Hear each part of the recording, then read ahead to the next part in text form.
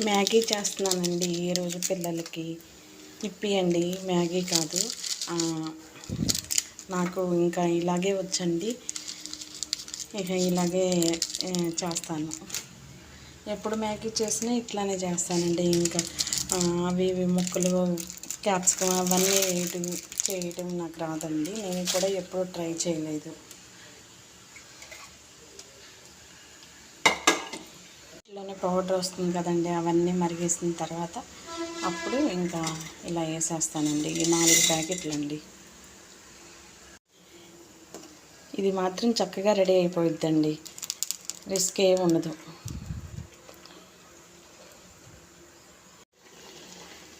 కాకపోతే కొంచెం బాగానే ఉడికిస్తానండి.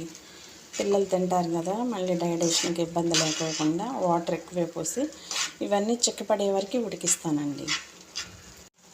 కొంచెం ఇంత కారపొడి వేస్తానండి, ఉరికిన స్పైసీనెస్ కోసం. అసలు ఆ కారపొడి కూడా అవసరం లేదండి, దాంట్లో పౌడర్ వస్తుందిగా సరిపోతుంది. కాకపోతే ఏంటంటే పిల్లలు స్పైసీగా చేయమ్మా అని కొంచెం వేసాను అనమాట, ఒక చిటికెడు. మా అమ్మగారు అయితే వీటిని అమ్మో ఇయ్యేంటమ్మా మిలుకలుగా ఉన్నాయి అని తిట్టిద్దండి తింటుంటే. పిల్లలు ఏం చేద్దాం, ఈ పిల్లలకి ఇష్టం. ఇక రెడీ అయిపోయినట్టేనండి, కట్టేసేసుకుందాం.